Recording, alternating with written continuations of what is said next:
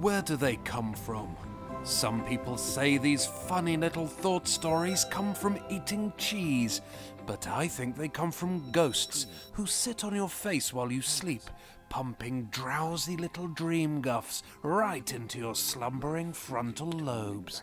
These dreams then rise up out of your body and into the sky, where they whirl and dance and dance and whirl until they get all excited and have a little bit of dream sick.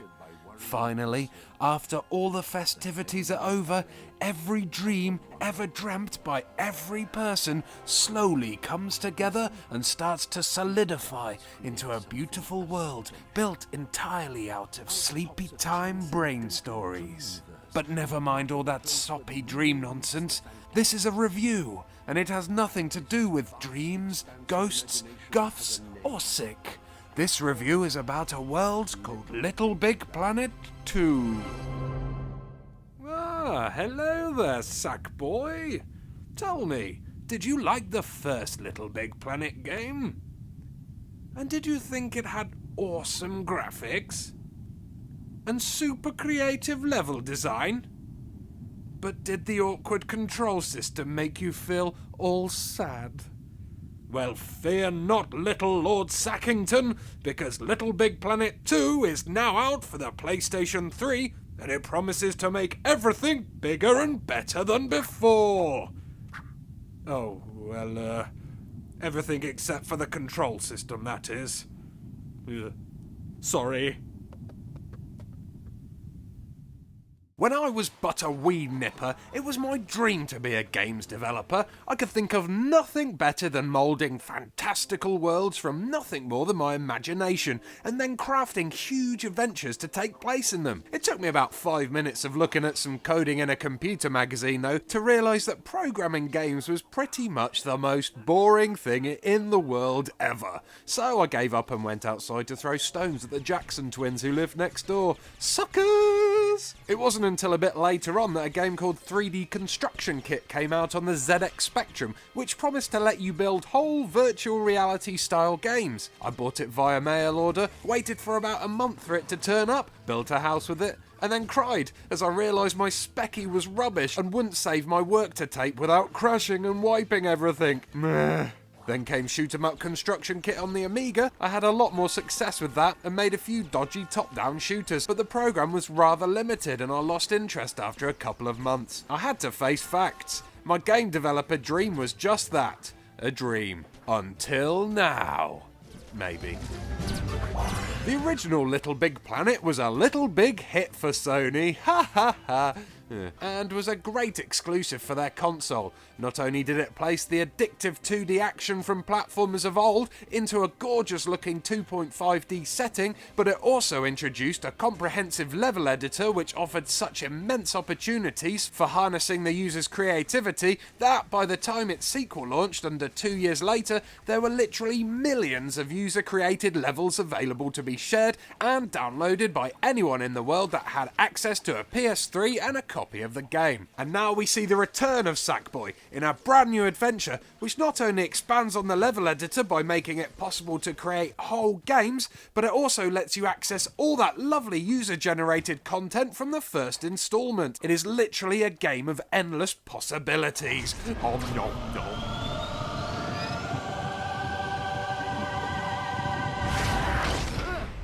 Now, before I delve into the editor, let's chat about the story mode. It's a good place for newbies to start to get a feel of the game and get the hang of all the different types of kit available before they jump in at the deep end with the frankly overwhelming creator kit. This is gonna knock the novelty socks right off your ankles.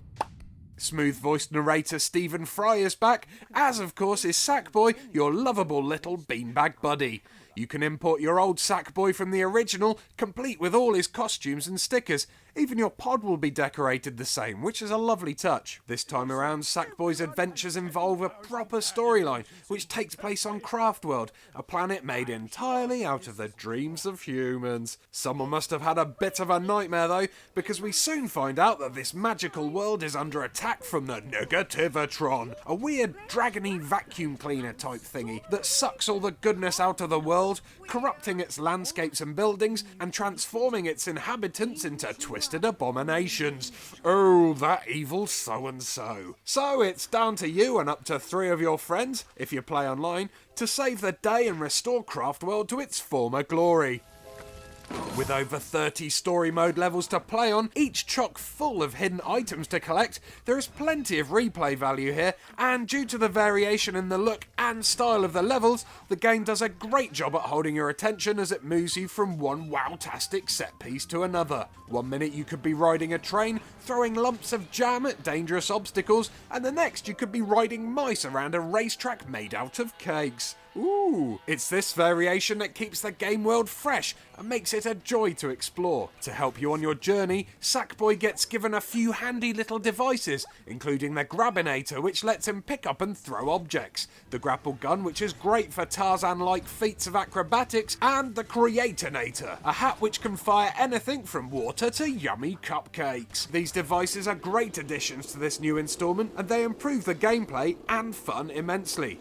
Sadly though, the fiddly controls from LBP1 remain, and getting to grips with the 2.5D platform sections can be confusing and frustrating. Sackboy's sluggish floating movement also remains, and because of this it's easy to get stuck on scenery as you try to manoeuvre between the 3 planes of depth. People used to the smooth, fast, and more importantly tight controls of other platform games will be confused as to why the developers haven't put more effort into making it more user-friendly, especially when this was one of the main gripes from the first game. It's also very easy to lose sight of your little chap in the busier later levels, especially when in 4-player co-op and there are multiple sacks swinging around in front of your face.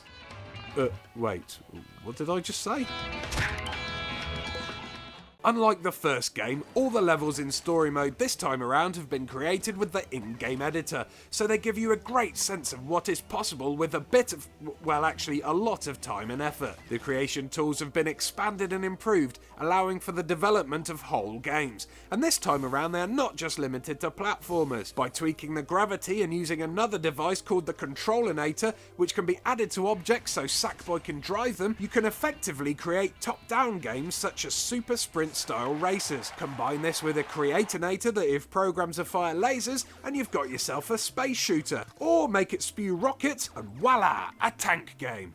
Bonkers. But it doesn't end there. Media Molecule have even thrown in logic circuits which give you even greater control over the minutest details in the game, and Sackbots which you can cast as NPCs in your games, like little digital actors, who thanks to the added camera function and the ability to record your own voiceovers can take starring roles in your game's cutscenes. There's even a built-in sequencer complete with samples of instruments which let you create your own soundtrack.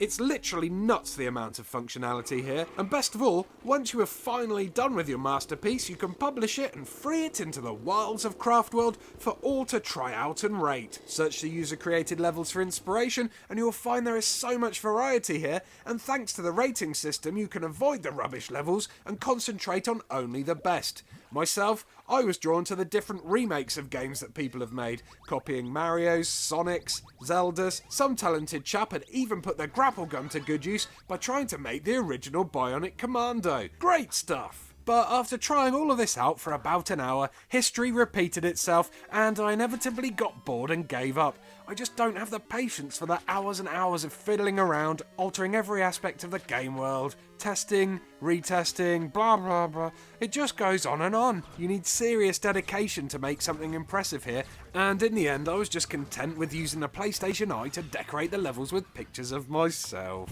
Look, I've gone done a good one here. There's me.